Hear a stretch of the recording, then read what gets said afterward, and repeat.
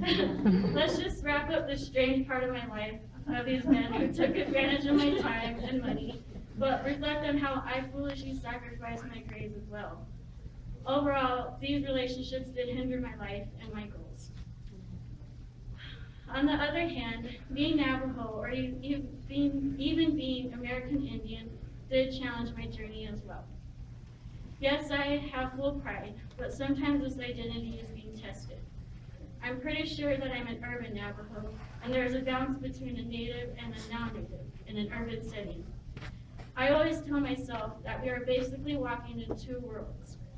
Well, I found in research as urban American Indians, we do struggle with our sense of identity, and that sometimes we lose our sense of native and don't really care who we are anymore. I also found that some urban American Indians learn better using culturally based educational teachings, which is we are successful at learning when our culture is incorporated in the material. That is what I lacked. I was almost lost when I approached anatomy, genetics, and chemistry too, and yet organic chemistry. I was barely getting the material that made me slow and unconfident in myself, and questioned my direction of what I wanted to do with my life and my career. I became depressed and worried to the point where I felt like I was letting myself and my family down. I would go to class intimidated. Each time before I would step into those classrooms, I would let out this huge sigh and then find a seat in the back because I felt like I was different and slower than the other students. I would absolutely avoid the professors and just leave the class thinking, I'm just going to do this alone. Well, this leads on to another memory. I remember the time when I fully mustered enough courage to speak to my anatomy professor about my grades and how I could improve it. He was a male professor, and his knowledge and his past experience in medicine and teaching intimidated me. I would think to myself that this is a higher person, and well, I'm a merely an unsuccessful student. He pulled out my grade and he tried to predict my overall scores, and well, he basically told me that I'm going to fail either way, and that I should withdraw from the class in time with the deadline. Not knowing what to do with myself, or even, stay in the classroom, the office or not, there was two options I could have done. One was I can say, okay, and then maybe even find a place to cry. Or two, just sit there and talk to him about why I'm having a hard time in biology and other science courses. I chose the second one, which was to sit there and vent. Surprisingly enough, he looked into my eyes, even though they were teary and red, and he said, "You're Native American, right? Let me first tell you that this course is a 4,000 level course, and many students, and I mean many students, find this course to be challenging and hard. Many withdraw from the course and just give up. Some even take the F, but you're not the only one to be withdrawing or even having a hard time in the course. Don't give up your mission." Even students that I had who are Native Americans say that when you're failing, they are letting down their family. Look at where you are now. You're on a mission that is rare, and statistics show that Native Americans have low graduating rates, as well as low rates of holding a bachelor's degree.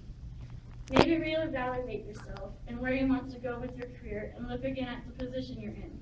You are away from homelands and going to college, but also, when this is all done, you will be able to take all of your knowledge back to your homelands and do some work around the community.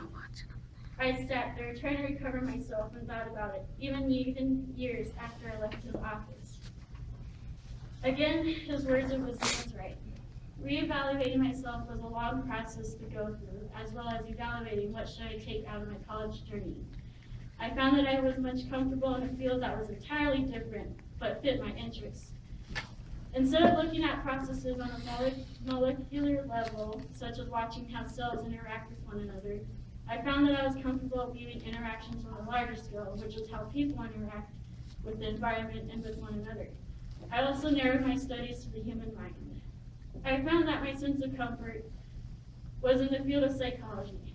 I also found my sense of homelands was in the field of ethnic studies. He was right with the fact that I eventually would do work on my homelands, or the native people, because after these years of struggle and late night studying, I would push myself further and study about more methods of counseling, educating, and preventing. Maybe go into a master's program in counseling or social work. My overall goal is to become a substance abuse counselor to assist American Indian youths and possibly adults who are struggling with substance abuse. I generally would like to pursue a counseling path. Now here's my last pattern I discovered, which was there are many opportunities once you have one foot through the doors. Although my intended path in biology didn't work out, I still have experience in labs, and I carry the knowledge of many biological processes that I teach to my nieces and peers. But remember that I didn't give up, but took the time to finally visualize myself and my goals. So sometimes take your time, but don't procrastinate too much. I look at my college journey as a challenge, but also how this period of my life allowed me to grow and to mature. I found that I was a naive high school student, high school graduate, completely unaware of the adult life and college life. I found that I matured as a student woman in Navajo attending UCD. I found that I love research writing, learning new science concepts, and learning about the human mind. I found that although I am a woman, I'm able to be strong at heart. I found that I have a mission for my tribe and the Native community, as well as honor my ancestry, because they sure went through a whole lot of trouble for me to be born, to be a citizen, and now to be a college graduate. Now I hope to address that some college journeys are not about the cliches or stereotypes often found in movies. Some experiences don't involve dorm life or parties, but challenging and hard experiences. And some students walk the balance between work and school. Also, professors are not mean, but they may look mean and intimidating, but really they are there to help you learn your field of study. But I do wish that the cliche of professors having messy hair would have been presented. Overall, I can say that I enjoyed this period of my life. Finally, again, I like to say with great appreciation, thanks to my family for always educating us about your Navajo culture and exposing us to ceremonies.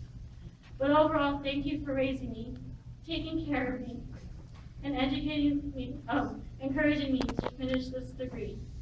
I would also like to say thank you to my fiance, too, for stepping at the tail end of this journey and giving me the final momentum across the finish line. I would also like to say thank you to the professors and mentors that have helped me and listened to me vent. You know who you are. Words can't express how much I appreciate all of the support, but what I can say is that I'm a better individual because of you. So thanks again to the American Indian Services for giving me this honor to educate an audience about my educational journey, the obstacles I faced, and the support I have found, and my overall future goals. Thank you so much, and I hope you have a good rest of the night.